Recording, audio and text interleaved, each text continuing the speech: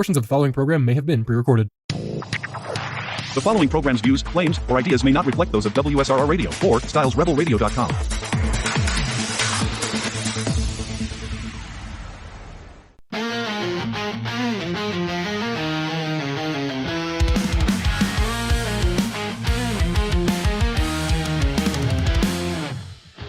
In the Steel City, where the rivers align, Lucas and Dom crossing the battle line. Weekday mornings, it's a sportscast scene behind enemy lines in the heart of the dream. Every play discussed, every game analyzed. Cleveland's pride seen through Pittsburgh eyes. Behind enemy lines, where the passion ignites. Cleveland and Pittsburgh battling in sight. Lucas and Dom rise with the sun. Every morning at 10, let the games be fun. Tune into the waves, feel the thrill unfold. Behind enemy lines, stories to be told. Welcome to another episode of Behind Enemy Lines right here on WSRR Radio, nationally local, meaning we play your local bands on a national stage. This is your Cleveland sports talk show from Pittsburgh, Behind Enemy Lines. I'm Lucas Durazio, joined as always by Dom Farrow. We are recording on June 26th, but you are listening on Monday morning, your 10 o'clock drive to survive into work. Thank you guys for tuning into WSRR and Behind Enemy Lines. Since you last heard us, a NBA champion has been crowned. The Oklahoma City Thunder have won the 2025 NBA championship. The NBA Finals finished in probably the most anticlimactic fashion that they could have. Game 7 was coming up.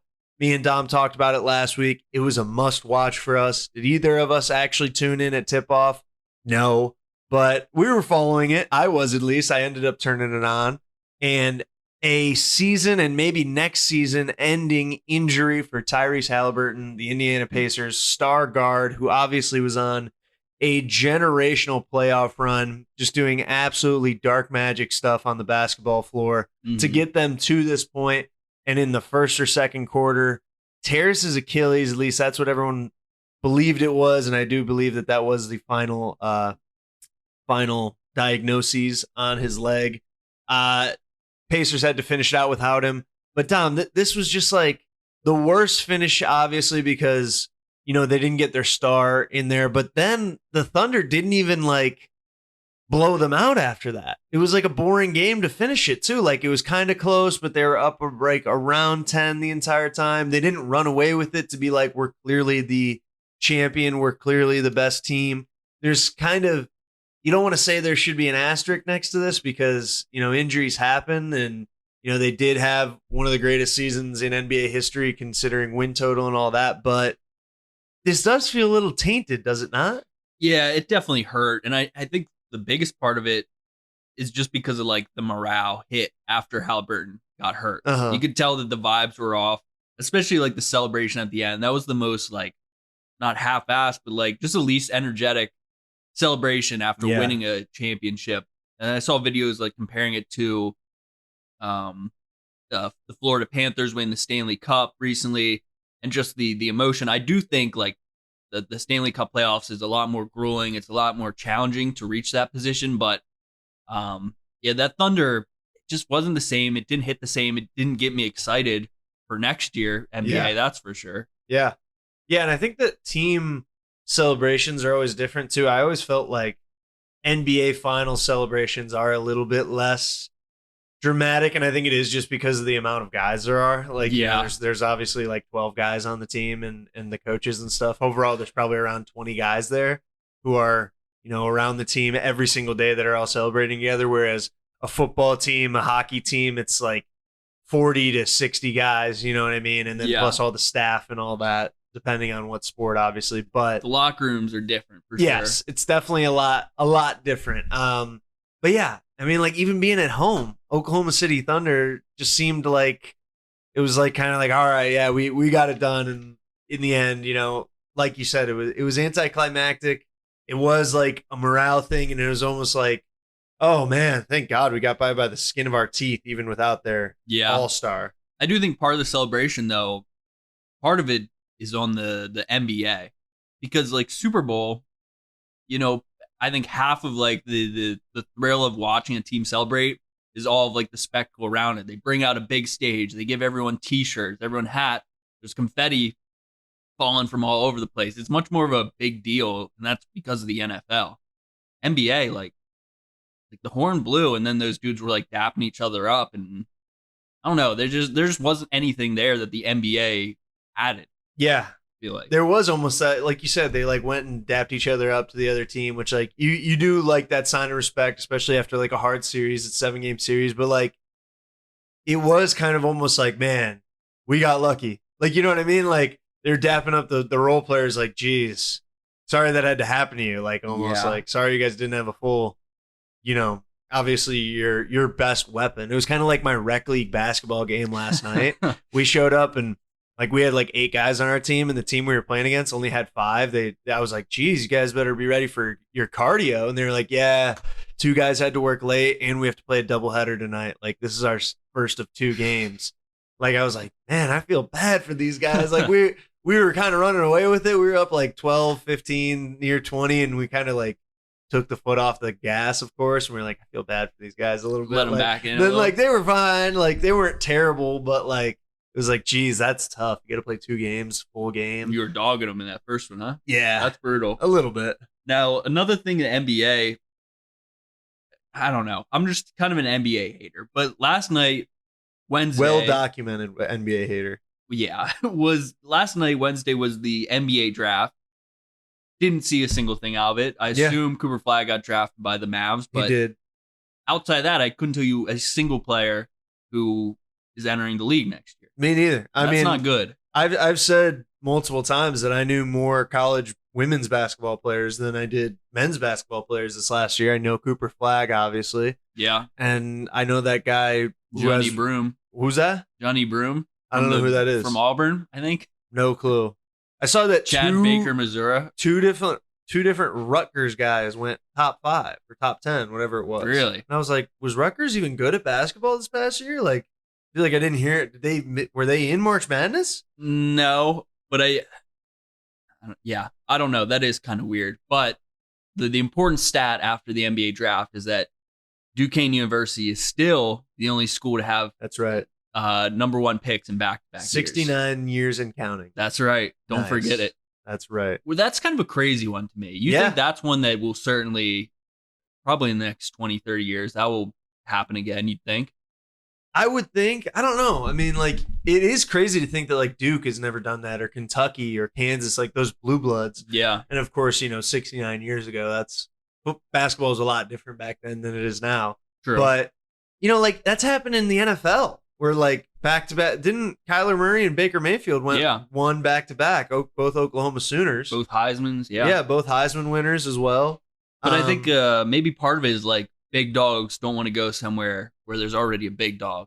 That is true, but there's so many one and dones where it's kind of like, it's not like you're coming in as a freshman and there's a sophomore who's that good. Like if he's that good, he's going to be gone. Yeah.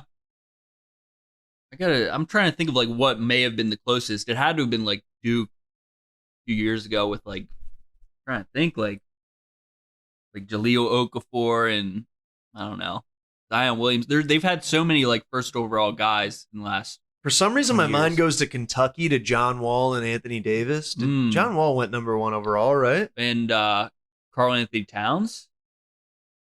Karl Anthony Towns? No, he's a little younger. He's younger than Anthony Davis. I feel like there's Willie Cauley-Stein, anybody? There. Yeah, Willie Cauley-Stein. He wasn't first overall. No way. There's no chance. He was a guy he was in college for a career. He had a career in college. He wasn't a one and done, I don't think.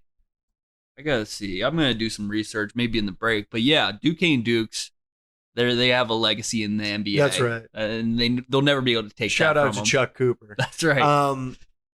But also about the NBA draft, like I forgot that it was on. Like again, I had this rec league basketball game, and I came back to. We went to a bar after, me and the team, to talk shop and break down the game film. and get a beer, and I look over at the TV and I'm like, oh, the NBA draft's on. They're at pick 10.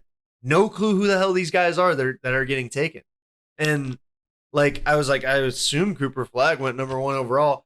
I saw a tweet that someone bet $125 that Cooper Flag was going to go number 1 overall. You know what the payout was? What's that? It was like 60 cents. Yeah. The odds that he was going to go number 1 overall were like minus 20 or 200,000 or something like that. I don't know what the math was, but they made like 60 cents off of a $125 bet.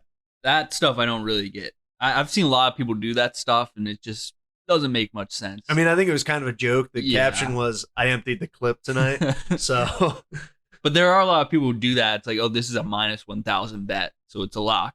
yeah. Then you're making $10 on 100. of Yeah, your own, exactly. so. But I mean, I've done that a few times where it's like, yeah, I'll throw in a minus 1,000 in this parlay. Yeah, why It not? brings the payout from $50 to 60. It's like sometimes it's worth it. Yeah, I don't know. Overall, though, I think going back to the finals, I think that this was probably the least interesting finals in recent memory. I think that obviously Halliburton made it interesting, and then, in the end, it was less interesting. I kind of think that the Thunder winning is a little bit of a detriment to the NBA because I think a lot of people kind of are hating on the Thunder, and not for no reason, because, they have the MVP, but, the way he got there, there's a lot of free throws being shot. It's not quite as much ethical hoops. I'm seeing a lot of TikToks of people comparing like the NBA from 10 years ago to now, and it's just so much different. And the way the game has changed, and I wouldn't exactly say for the better in terms of entertainment or Yeah. like athletic ethic, you know what I mean? Ethical athletics Yeah. and things like that. I think that the game is like almost devolving. It does feel that way, but I think we we're so blessed from like 2008 to like 2019. I think the NBA peaked at that Raptors series when they beat Yeah. the Warriors. That seemed like peak. Or the Cavs, which was 2-3 years earlier. Yeah, I think that was like still like Yes. that just sent them on an upward Uh-huh. trajectory. And I even think that was kind of the start of, it was close to like the NBA getting ruined because of the Warriors super team too. It was Yeah. kind of like, oh man, when we know the Warriors are going to be in the finals, they have KD, Steph, Clay, like I vividly remember texting with like friends back in the day, like arguing about NBA and saying how, oh, this is so bad for the NBA. But now looking back, it's like Yeah. that was really like the best time. yeah. Well, the thing about it too is that, like what was good about it was that they didn't, I mean, obviously they won a lot, but they did get beat by the Cavs down 3-1. They did get beat by the Raptors. And of course there were some injuries and stuff there, but yeah, I think that that era definitely is the best era of basketball. I think it was the peak in terms of still kind of playing old school hoops, but transitioning into a newer style where threes, made, threes move the needle more than post play. But we were still seeing like athleticness, like be the main thing. Like Yeah. point guards for a while were the most athletic guy on the floor, like Derrick Rose and stuff like that. And then obviously LeBron's peppered in there. And now it just doesn't feel the same. Yeah, I mean, because this year you could argue that the most athletic player probably is SGA, probably. But you could also argue that's Pascal Siakam, right? Just in the finals or in Just the league? in the finals. Oh, okay. Because I was going to say Anthony Edwards might be up there. Yeah. But in the finals, Let's see theoretically it's Siakam. Well, if he's the best athlete from this finals, that means that in 2019, 6 years ago, he was like the third or fourth, probably like fifth best athlete in that series. he was a role Raptors player versus on Warriors. that team. Yeah. He was good, but like you had Kawhi, you had Steph, you had Clay, you had all these dogs who were still in their prime. And then fast forward 6 years, and I don't know.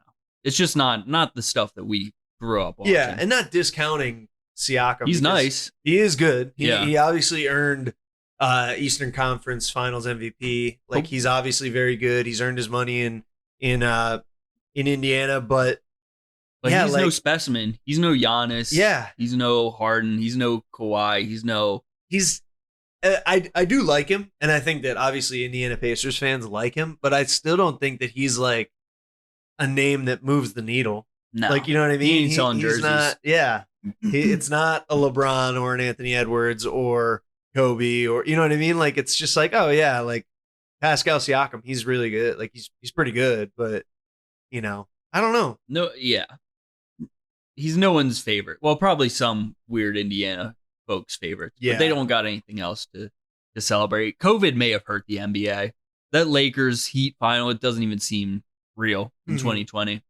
Yeah. It was amazing that the Heat even made it there. That was It just is a weird. full testament to Jimmy Butler. Jimmy Butler did put the team was back. Suns versus Bucks in 2021. That one was kind of interesting. It wasn't a great series.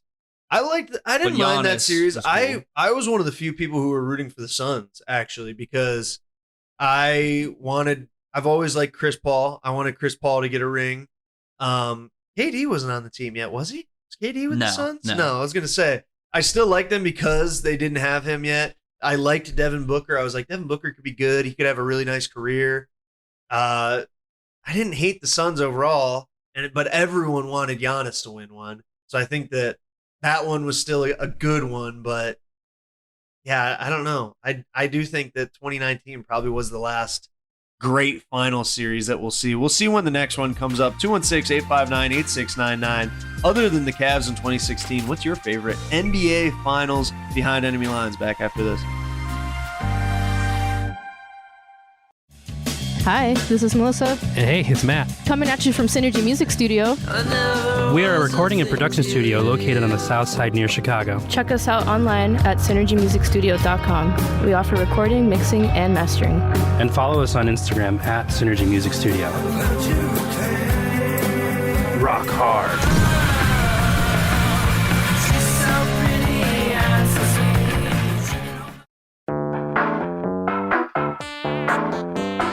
What's the difference between the shirt you're currently wearing and the one that I am? Well, both do their job of concealing us from the outside world and social boundaries. But one little black swoosh makes yours cost nearly double. That red rectangle may not change how warm you are, but it certainly changes the price tag. The truth is, nobody cares about the details. Get to the point with GenericClothes.com. Have a laugh at the big brand clothing company's expense with shirts that simply say sports team, political statement, music band, and more. A shirt for any occasion and the perfect gift. GenericClothes.com.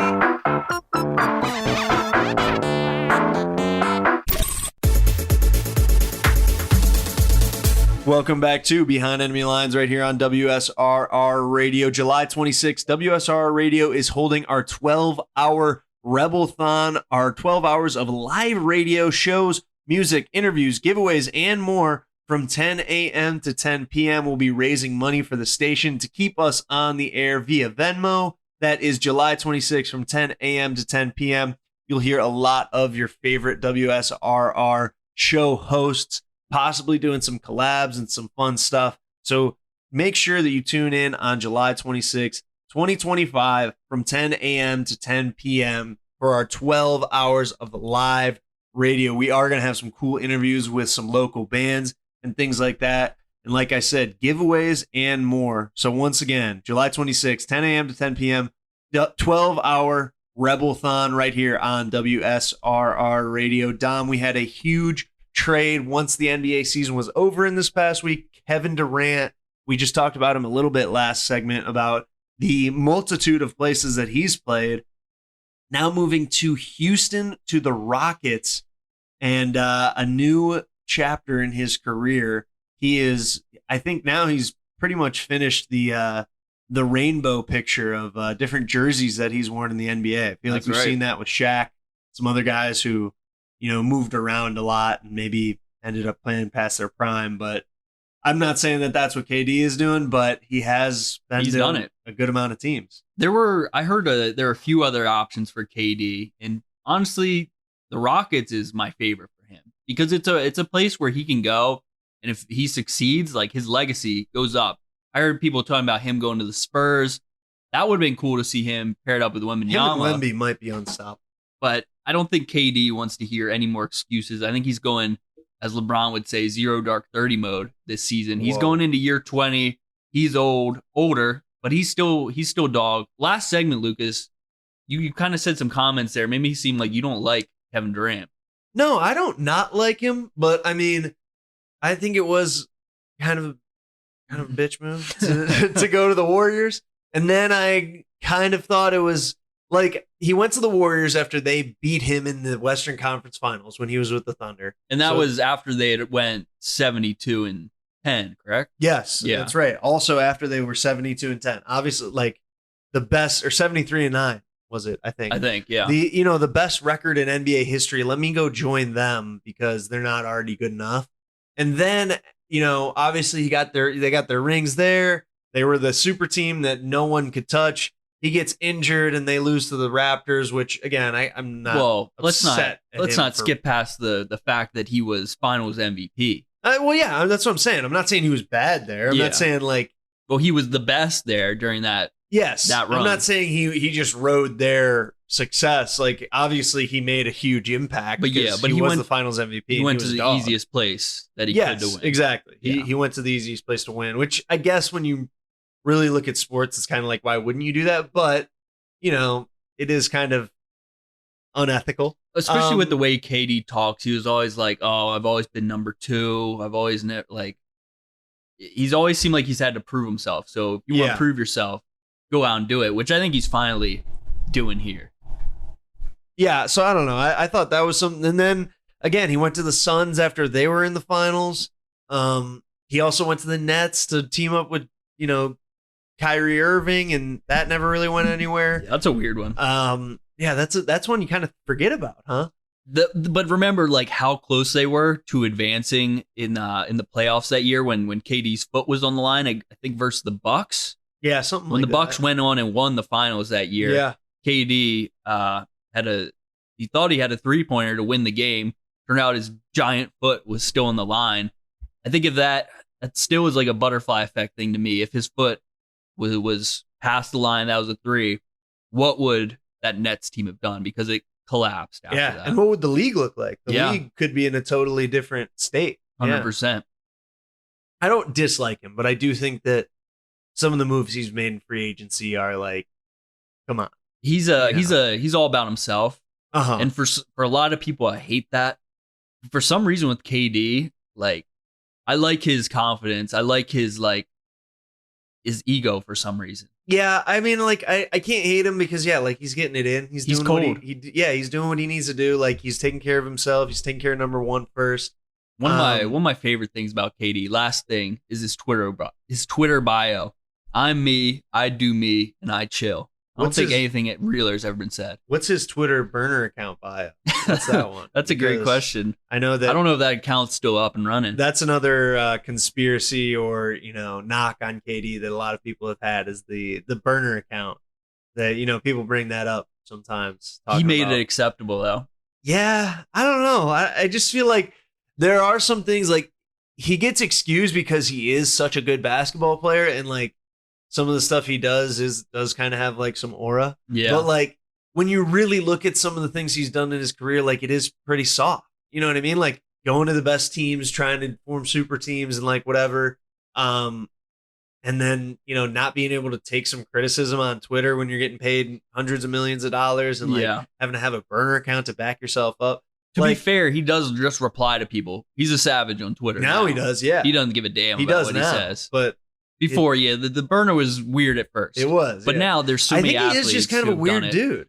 Oh yeah, to be honest, he's a anomaly for sure. Again, I don't dislike him, but like if you really look at for a while, I disliked him when he was taking rings away from LeBron in Cleveland. Like then, obviously, I was like, oh, what the hell?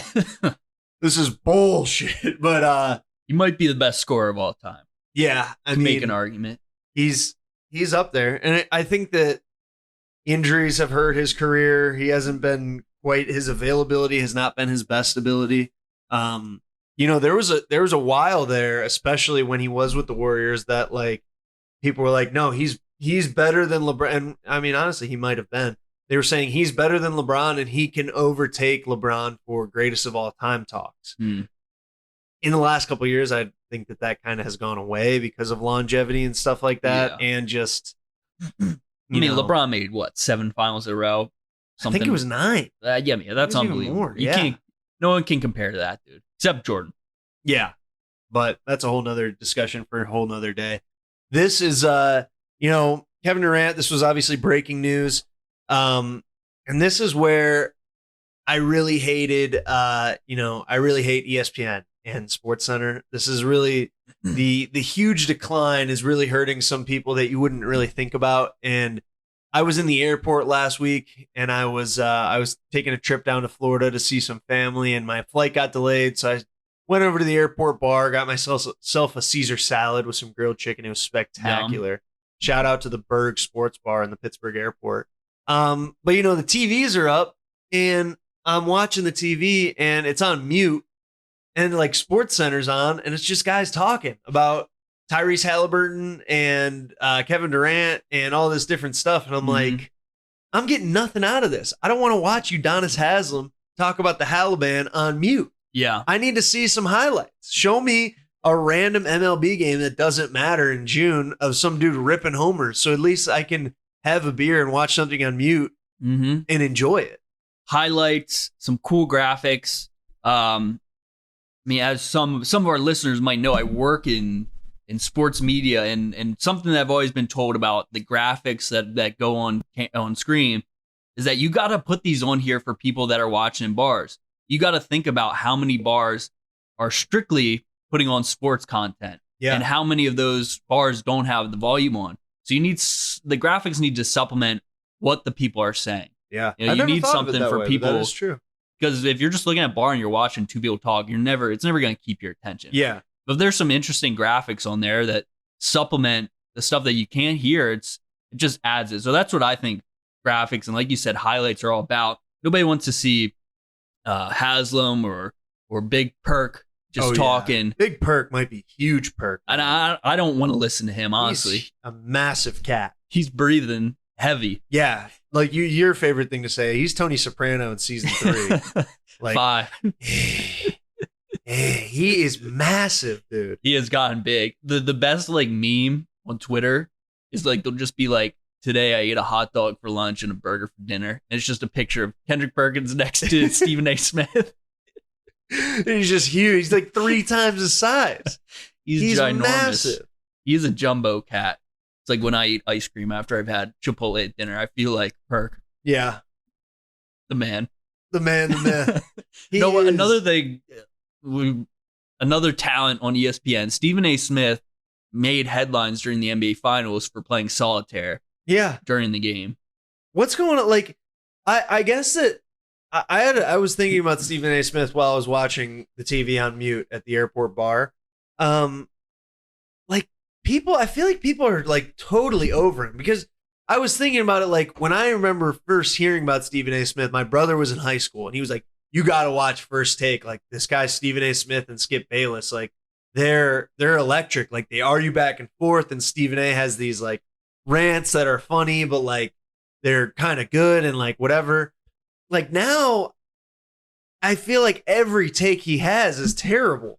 And Skip Bayless too sometimes, and Colin Cowherd too. But why is ESPN continuing? I guess it's because people are hate watching it and different stuff like that, and their ratings aren't getting affected. They don't care. Mm-hmm. But I just don't understand why they continually put people on the air who sound like idiots, especially Stephen A. Smith. He knows his stuff about basketball for the most part, I think. Yeah. But then when he starts talking about football, I'm like, I don't think he knows what the hell he's talking about. Why are we giving him so much airtime? Yeah, he works for a guy who's just good at making noise. He was fine on First Take, but then when you bring him in on SportsCenter to talk about tonight's game, what is he really going to add? What type of analysis is he going to have? And the answer is none. He just has opinions, and there's room for that, but not all the time on ESPN. And then the part about Stephen A. that I really can't stand about lately is how he's really expanded himself past ESPN. I don't know how ESPN is cool with him going on Fox News, cool with him having his own podcast. Well, that's the thing. He's trying to be everywhere. He really thinks he is the main character. I think that's one big issue right now in sports media, is that there's so many guys who are so self-centered that they're this is my show and this is my time to be for everyone to look at me. And it's Yeah. like, that's not what sports are about. Like, you think of, oh man, I'm blanking on his name now. Scott Van Pelt? Van Pelt. He's really good. Not him. That's not what I was thinking of. Stuart Scott. Yeah. Like, guys we grew up watching, like, they would be loud and like animated and stuff, but like they made it about the game. Mhm. You know what I mean? Like they really, I feel like we always end up talking about sports commentators on this It's a show. big thing. Yeah. But like, And they Stephen didn't A. put themselves first. Like Stephen A., Skip Bayless, Colin Cowherd, they're like, this is my, I think I might have even said this on this show before. Like, this is me. People are coming to watch me. Like, no, people are coming to watch sports and hear opinions on Yeah. sports and these players, not you. and I kind of understand like how their egos have gotten this big, and it's because all these guys that they started with 20 years ago have been kicked to the curb. They've been replaced by former athletes outside of a very select few. And those select few, like you said, it's Stephen A., it's SVP, it's Colin Cowherd, and those guys are getting paid millions of dollars. Yeah. So they think that they're at this position because they're better than 90% of the journalists that they started with, which probably not the case. A lot of it's luck. They think they're untouchable. Yeah, and Stephen A. is the biggest culprit of that. Like SVP, he seems a little humble. He knows that, sports isn't, it's not rocket science. Like it's Yeah. just a game. He has fun with it. I really do enjoy like the late night Sports Center from SVP. Stephen A. he's gone out of control, and I genuinely think that he thinks that he could be president of the United States. He does. which That's is another. absurd. You just put something into perspective for me too that I don't like about him, but I haven't noticed it until now that you said it. Like he does kind of act like it is the most important thing that's going on, Yeah, and like everything. I've also seen people on like Twitter and TikTok be like, sports coverage has gotten so sad. Like there's all these things about like, you know what I mean? Like you're playing a children's game. It's a fun Mhm. game. Like should be kind of like kept upbeat and like whatever. And Yeah. there's too much focusing on the guys who lost instead of the guys that won and Hmm. stuff like that. And we talked about it with like the Shamar, what's his face?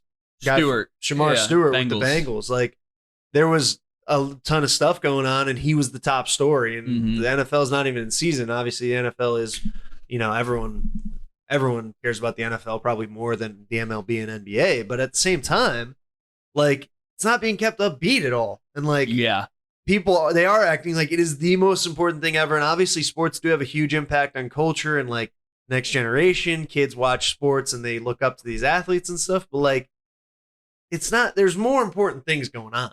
Like yeah. you can keep it light. 100%. I was thinking about watching Sports Center when we were growing up 15 some years ago. Like it would be really joyous. It would be, like Sports Nation where they were trying things. They were trying to connect with the youth. And then every once in a while, you'd get like an E60 segment where Yeah. it would be like the most depressing thing ever, Uh-huh. but it would Or be like Outside 15 the minutes. Lines. Yeah. Remember Outside the Lines? That was another one where I was like, I'm not watching Very similar. that. Yeah. Like the deep journalistic like shows that they used to do. They'd be depressing at times, but it'd be quick. It'd be to the point, and then be right back to Sports Yeah. Center, high energy. But yeah, when you see Bob Lee come on an E60 and be talking about like just the most depressing thing you've Yes. ever heard. I would never watch it. Yeah. I was like, I'm not watching Outside the Lines. I or couldn't tell you the E60. amount of times I saw like a story package on I forget his name. I think his name was like Eric something from Rutgers.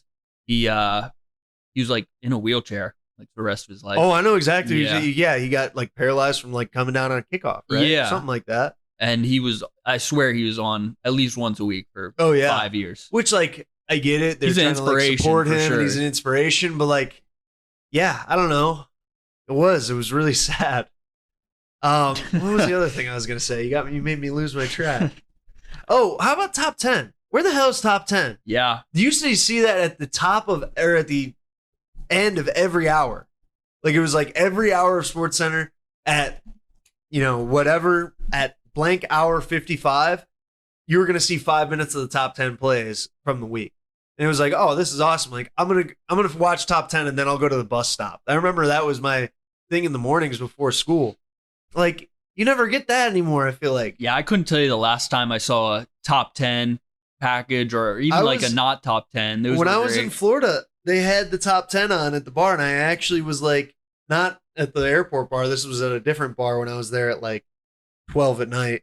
I looked up and I was like amazed. I was like, oh my God, they got the top 10 on. And then another TV next to it had NFL Network on, Football Life, Carson Palmer. Hell yeah. I was like, oh, hell yeah. I don't even know what they're Fire talking me about. 'Cause up. again, it's on mute, but like, at least I get to see Bengals Palmer chucking it to Ocho Cinco. Why not? Yeah, those are pretty great. Just going back, Eric Legrand was the Rutgers player. Legend. Yes. Legend I wonder how he's Eric doing. Legrand. T's and P's out to Eric Legrand. But the SportsCenter top 10, hate to say it, but I think now they use it a lot to kind of like push like the story that they're going for. The number one play is always like kind of leading into like whatever the next thing they want to talk about is. Like the number two play is always like the most amazing thing you ever see. And then number one is like, oh, Caitlin Clark made this 3-pointer. And then the next segment they're talking about the Indiana Fever or whatever. Yeah, which I don't blame them. I think WNBA is exciting. It is. I like Caitlin Clark. But let's be real about what the top 10 plays of the week are. Yes. That's I all agree. I'm asking for. I agree. I think that there's obviously a fall from ESPN, and that's why you They should think too stick hard. here on WSRR Because Radio. we don't think. Because we don't think at all. There's zero thought process going into this show. So stick with us through the break. Behind Enemy Lines right here on WSRR Radio. Thoughtless program.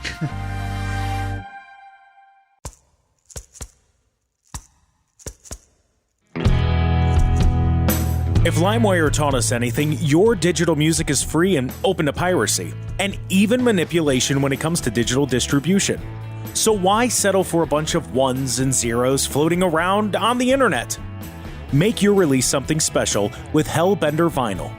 Hellbender is one of America's most trusted custom vinyl record pressing plants and works with local artists to get their next release pressed exactly to their liking. So check out Pittsburgh's first and only custom vinyl pressing plant today by visiting hellbendervinyl.com to get started. And don't forget, all customers at Hellbender Vinyl get 5 free test presses at no additional charge. Hellbent on quality, hellbent on service, hellbendervinyl.com.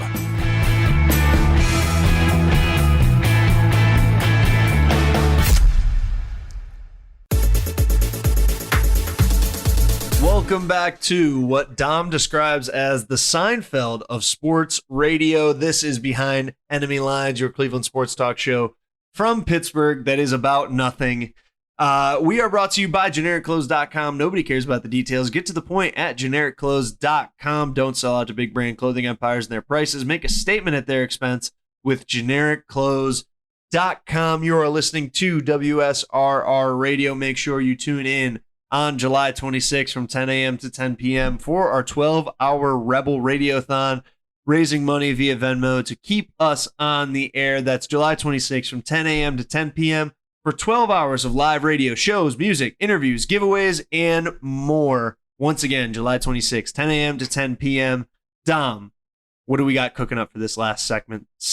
We got your boy coming back on. Friend of the program, as you like to say. That's right. Your best friend. Go on.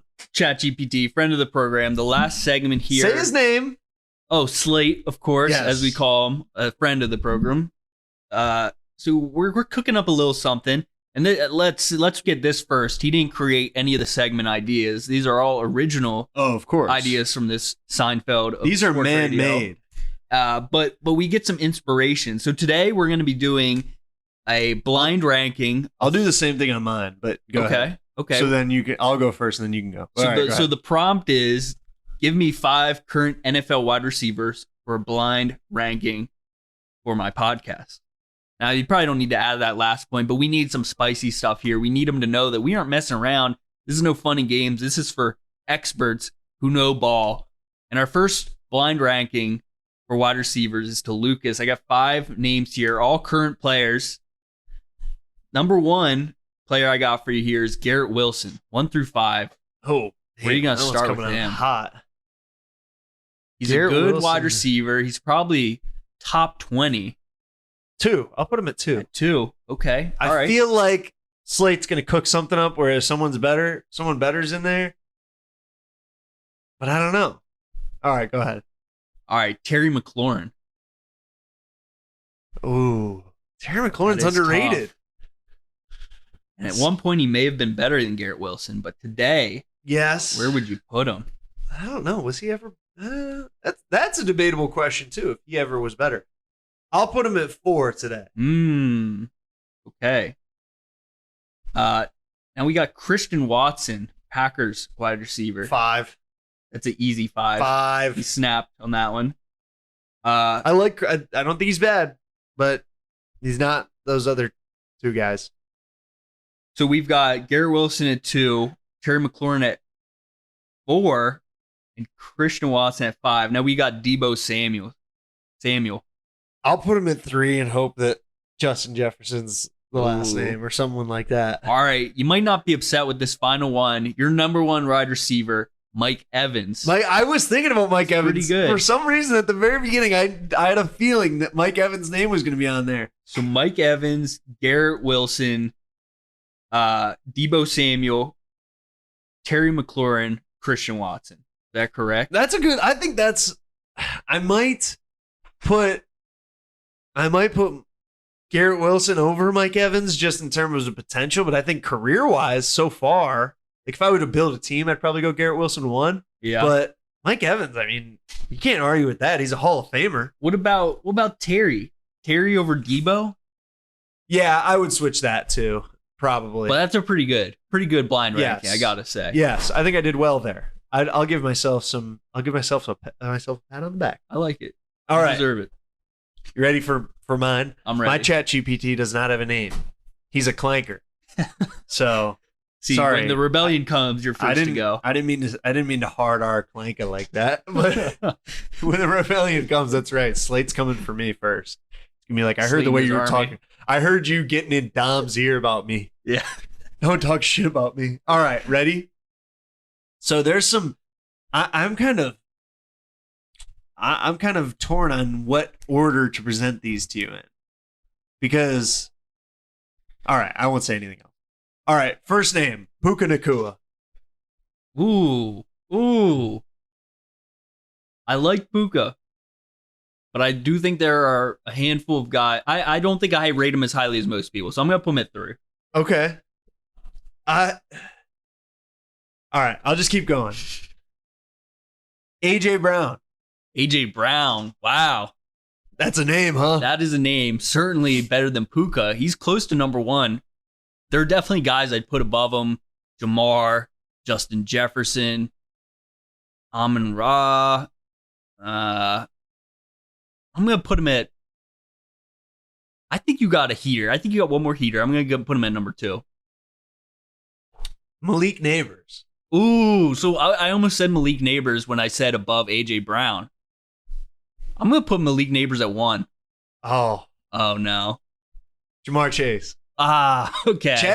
My chat GPT came in. He hot. gave you hot ones. He gave for me sure. 5 heaters. Now, I would have put Jamar at 1, but he's got to go at 4. Well, then the last one's Justin Jefferson. Well, So I now completely- yeah, exactly. I completely messed up this Yeah. ranking. That's the top. Those are that's hot the thing ones. about blind ranking. That's the whole problem. game. That's the problem when your GPT doesn't know you. That's what I mean. I don't know how well my GPT knows ball. Mine Or knows how deep my bag is. That's what I think the problem is. He thinks you're just like surface level knowledge. That's right. I got another one for you here. All right, we'll do one more of these, then I'll do running back. How about Okay. that for you next time? All right. So I wanted to do this one because there's a few names in here that are interesting to me specifically. First one, DK Metcalf. This is a blind ranking of 5? Mhm. 4. I'll put him at 4. Wow, 4 DK. Calvin Ridley. Ooh. See, there's times where I almost think Calvin Ridley's better than DK. Crazy. But I'll go 5. All right. Drake London. Drake London, see, I feel like you're holding back on me. I'll put him at 3, and I would put him above DK Metcalf. I like Drake I'm London. not putting Drake London above DK Metcalf just because I got put into a corner and I have to. I think he's. I like him. Genuinely think I could see that. There's definitely an argument to be made there. Bears wide receiver Keenan Allen. Is he still on the Bears? I Even think so. Well, I have to put him at 2. Got to. And then Now- your number one wide receiver is none other than George Pickens. Oh my God. Well, yeah. I mean, I would take It's not Pickens bad. over Keenan. Who? I would take him over Keenan Allen. I would take him over. Over London. Oh, I don't know. Off the field issues, I would take him over London. Yeah. Just personality wise, but physical talent alone, I might take him over Drake London. But I then would take if him it's over just DK. physical, DK. I think DK's overrated. All right. And I'm not just saying that because he's a Steeler now. I've been You've always thinking it been for a out. while. I really don't think he's. Not that guy. I just don't. I think he obviously is a physical freak, and I think that he's gonna be. I don't think he's bad. I would love him on the Browns, but I don't think he's like a top It's 10 not upper receiver. echelon. I don't think he's a top 5 to top 10 receiver in the All right. league. That's fair. All right. Running backs. Yes. All right. Let's see what Lucas's GPT What- cooks oh. up. Yeah. Okay. And Ready? I got to take in consideration that this thing might not know about our ball knowledge capabilities. Okay. This is a interesting list to blind rank. All right. Number 1, Brees Hall. Ooh, so before we started this, I was thinking Brees Hall might be number 1 automatically. And I think I just got to stick with that conviction. I'm going to put him at 1. Automatically? Brees is nice. Really? CMC is too He's injury good. prone. No, don't get me wrong. I like Brees Hall. a Well, lot. actually, let me think. Saquon would be. Could see Saquon being on this list for sure. Yeah.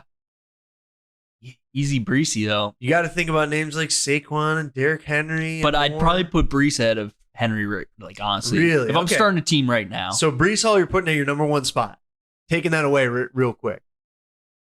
some injury concerns with him as well. I'll put him at 2. Okay. Now here's a guy who I would rank above him, but I don't know if I don't think you're fully sold on him. Bijan Robinson. Yeah, I'm not fully sold on I him. know you're not a huge Bijan guy. Nah, You're not a huge Bijan mustard man. I'll probably never draft him in fantasy just because of like where he went his rookie year, and forever I'll think about that. Where like he's just never lived up to the hype. He's really good. He's shifty. He's entering his 3rd year. Give him some time. They haven't really given him a fair opportunity. He competes too much with Tyler Algier. I Who's think they good? need to. He is good. Algier's legit. He is good. But I'd like him to be a true like 3-down back. Really see what he can do. Fully unleash his talents. But even coming out of college, I was like, is this really like the prodigy? Like I've said on this show before, I think Ashton Jenney is who we thought Bijan was. I'll put Bijan at. You said this is an interesting one, so I'll put him at 3. I bet Well, I there's just some. think it's interesting because of you. Okay. Because of your take on Bijan Robinson. Number 3, I think I know where this guy's going, Nick Chubb. Ooh. I got to put him at 5 now. Yeah. He's not going to be playing in the NFL this next season. He's awesome. Even as like a Steelers fan, I love Take it Nick easy. Chubb. Take it easy on saying he's going to be out of the league. He is out of You the league. love He's saying literally out of the league right at this moment. What do you mean? He's on the Texans. He signed with the Texans. Did he? Yeah. Okay. All right. with He's in the Houston. league. He's in the wearing league. 21. He's gonna have a lot of running backs in that room though. But he could do something. I like him, but he's 5, unfortunately. Yeah, I figured that's where you would go. Okay, so you have Brees Hall at 2, correct? Yeah. Bijan Robinson at 3, Nick Chubb at 5. Next name, Jahmyr Gibbs. Jahmyr. Oh, Jahmyr. I'm putting him at 1. Yeah. I don't care. I think to. that's the right move. He's awesome. And we've barely like tapped into his full potential. Yeah. I think yeah. he's a stud. Maybe Brees. Brees is close to 1, but I'm happy with Jahmyr at 1. Now, I think this next guy, I'm interested to see your thoughts on it. I think he could go higher than Brees, but I'm not sure. Josh Jacobs. Oh, I'm definitely happy. I'm totally fine with him. at You're 4. happy with him at I think 4? this is a perfect list. All right. Like if I were to start a team right now, this might be the exact order I'd take these guys in. yeah. Might be. I think this is a perfect one. I think I might take. I'd put Jahmyr 1. I might go with Bijan 2, Josh Jacobs 3, Brees Hall 4, and then Really? Nick Chubb 5. You're out on Brees, huh? I'm not out on him. I really like him. But He's like still like last season. He I still don't was know. recovering. Brees Hall is still young. And he's still Josh recovering Jacobs from has that been doing it injury for a little bit. That's Jacobs true. was really good with the Packers last year and was even better with the Raiders before that. But I just don't think maybe he's got 1 or 2 good years left in him. Yeah, I don't know if he's got a sustainable. He's really nearing the end of his lifespan. Yeah, the only one who can do it is Derrick Henry.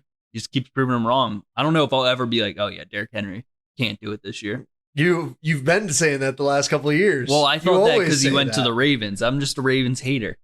I'm gonna say that about anyone who goes to the Ravens. All right, Jair, you got another one for me? yeah, you want a running back one? Yeah, I'll do a running back one. Why not? And then I'll do a quarterback one for you to finish. Ooh, I like it. All right, ChatGPT, a nuclear level running back blind ranking. Let's hear it. Yep.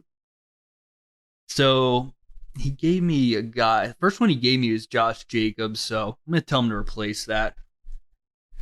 Can't have the same guys in movies. Yes. So replace Jacobs with someone else, and let's make this thing nuclear. All right, true chaos mode coming up here. James Cook, Bills running back. Oh, I like James. He's definitely improving year upon year. Yeah, he's definitely on the upswing. But I could see a bit of a drop off year for him. I'm not gonna lie.